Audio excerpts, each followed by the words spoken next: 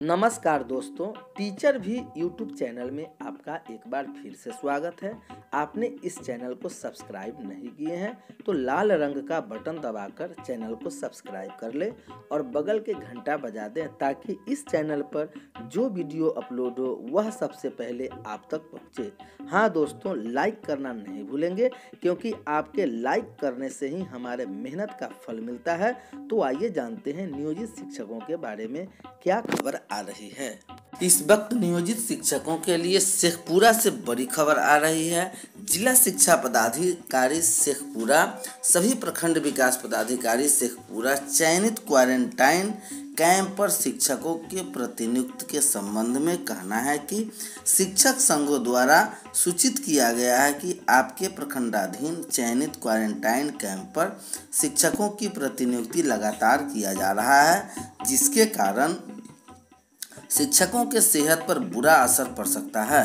अतः अनुरोध है कि चयनित क्वारंटाइन कैंप पर शिक्षकों के प्रतिनियुक्ति निर्धारण क्वारंटाइन अवधि 14 दिन में अलग अलग दिन शिक्षकों का प्रतिनियोजन करना सुनिश्चित किया जाए ताकि शिक्षकों के सेहत पर प्रतिकूल प्रभाव न पड़े।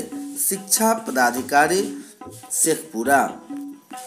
इधर क्वारंटाइन केंद्र पर शिक्षकों को दे सुविधा। क्वारंटाइन केंद्रों पर सेवा देने वाले शिक्षकों को भी वही सुविधा देने की मांग बिहार माध्यमिक शिक्षक संघ ने की है, जो सुविधा प्रतिनियुक्त चिकित्सकों एवं स्वास्थ्य कर्मियों को दी जा रही है।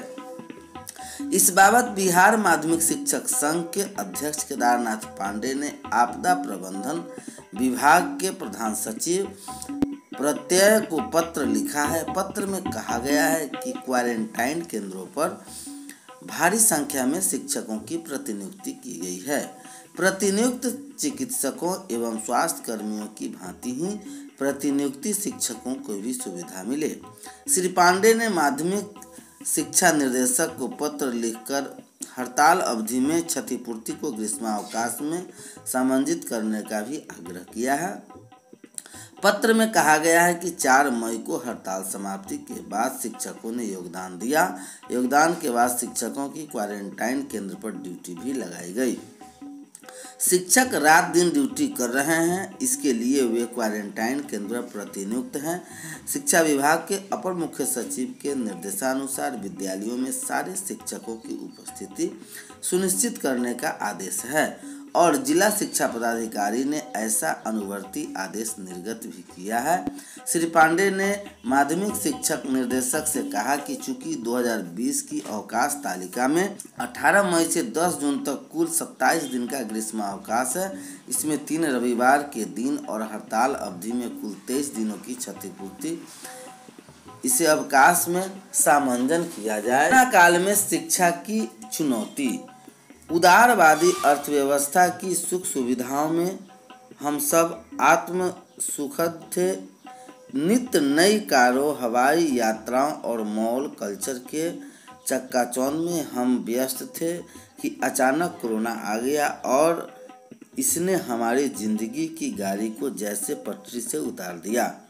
इसने जिंदगी के हर पहलू को प्रभावित किया है, यहाँ तक कि कोरोना ने शिक्षा के चरित्र को भी बदल दिया है। कोरोना को लेकर स्वास्थ्य चिंताओं की काफ़ी चर्चा है, पर कोरोना के कारण शिक्षा के स्वरूप में भी अचानक भारी बदलाव आया है। इस पर विमर्श नहीं हो रहा। मौजूदा दौर में बच्चों को पढ़ाना आसान नहीं रहा। कुछ समय पहले तक माना जा रहा था कि बच्चे, शिक्षक और अभिभावक ये शिक्षा के 3 महत्वपूर्ण कड़ी हैं। हमारी शिक्षा व्यवस्था इन तीनों कड़ियों को जोड़ने में ही लगी थी कि डिजिटल की एक और कड़ी जुड़ गई। बेशक शिक्षा व्यवस्था की सर्वाधिक महत्वपूर्ण कड़ी शिक्षक हैं, लेकिन वर्चुअल कक्षाओं के इंटरनेट को भी शिक्षा की एक अहम कड़ी बना दिया है। लॉकडाउन में डिजिटल पढ़ाई एक महत्वपूर्ण माध्यम उभर कर उभरी है। वर्चुअल क्लास रूम में लेकर खासी चर्चा हो रही है, लेकिन हमें यह नहीं भूलना चाहिए कि हमारे देश में एक बड़े तबके के पास न तो स्मार्टफोन है और ना ही कंप्यूटर और ना ही इंटरनेट की सुविधा। जाहिर है अब ऐसे अभिभावकों पर बच्चों को ये सुविधा उपलब्ध कराने का दबाव होगा। गरीब तबका इस मामले में पहले से पिछड़ा हुआ था।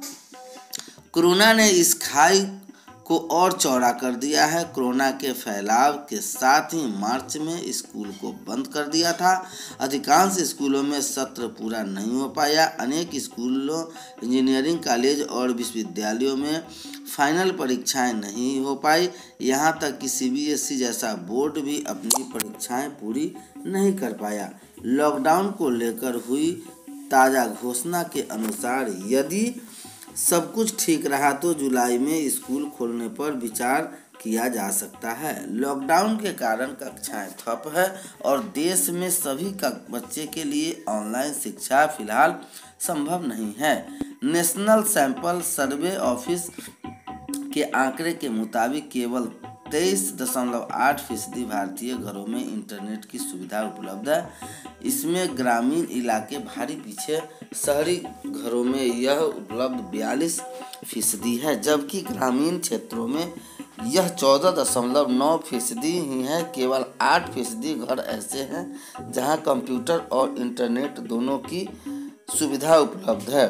देश में मोबाइल की उपलब्धता 78% आंकी गई है, पर इसमें भी शहरी और ग्रामीण इलाकों में भारी अंतर है। ग्रामीण क्षेत्रों में 57% लोगों के पास मोबाइल है। कुछ समय पहले शिक्षा को लेकर सर्वे करने वाली संस्था प्रथम एजुकेशन फाउंडेशन ने अपनी वार्षिक रिपोर्ट असर यानी annual status of education report जारी की थी। इसके अनुसार 59% युवाओं को कंप्यूटर का ज्ञान ही नहीं है।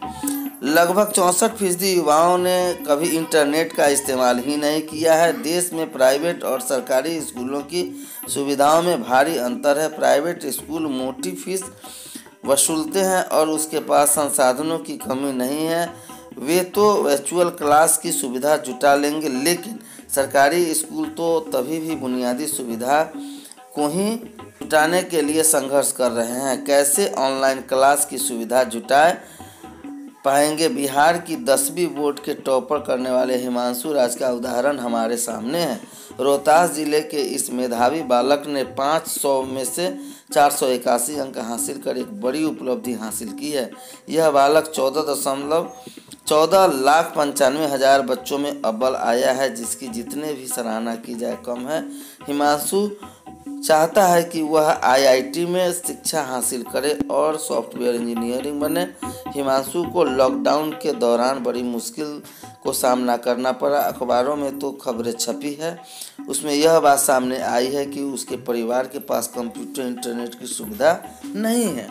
उनके परिवार में केवल एक स्मार्टफोन है। लॉकडाउन के दौरान पढ़ाई की सामग्री व्हाट्सएप अथवा अन्य डिजिटल तरीके से दी जा रही थी, लिहाजा ये सभी भाई बहन बारी बारी से उस एक मोबाइल से शिक्षा सामग्री ग्रहण कर रहे थे। इस कठिन परिस्थितियों में इन बच्चे के कमाल कर दिया, लेकिन यह भारत की ऑनलाइन शिक्षा की चुनौती भी सामने लाता है।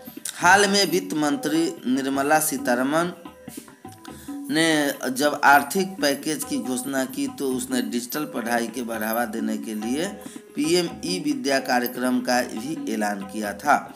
इसके तहत पाठ्यक्रम शैक्षणिक चैनल के माध्यम से और सामुदायिक रेडियो का इस्तेमाल करके बच्चों तक पाठ्यक्रम सामग्री पहुंचाने की बात कही गई थी। यह भी घोषणा की गई थी कि 1ली से 5वीं 12वीं तक की कक्षाओं के लिए एक DTH चैनल शुरू किया जाएगा। हर कक्षा के लिए 6 घंटे का ही कंटेंट तैयार किया जा रहा है और इसे छात्रों के लिए पहुंचाने के लिए रेडियो, सामुदायिक रेडियो और पॉडकास्ट सेवाओं के इस्तेमाल किया जाएगा। साथ ही मानव संसाधन मंत्रालय ने देश के 100% शीर्ष विश्वविद्यालय ऑनलाइन कोर्स शुरू करने की मंजूरी भी दी है। दूरदर्शन पर पहले भी ज्ञान दर्शन जैसे कि कार्यक्रम आया करते थे, लेकिन वे बहुत सफल नहीं रहे। सरकार की घोषणा के विभिन्न माध्यमों से ऑनलाइन पढ़ाई पर जोर दिया गया, मगर यक्ष प्रश्न यह है कि जब इंटरनेट, टीवी और निरंतर बिजली उपलब्ध न हो वहाँ बच्चे इन सुविधाओं को कैसे लाभ उठा पाएंगे। डिजिटल शिक्षा को बढ़ावा सराहनीय कदम है, लेकिन इसके समक्ष चुनौती बहुत है।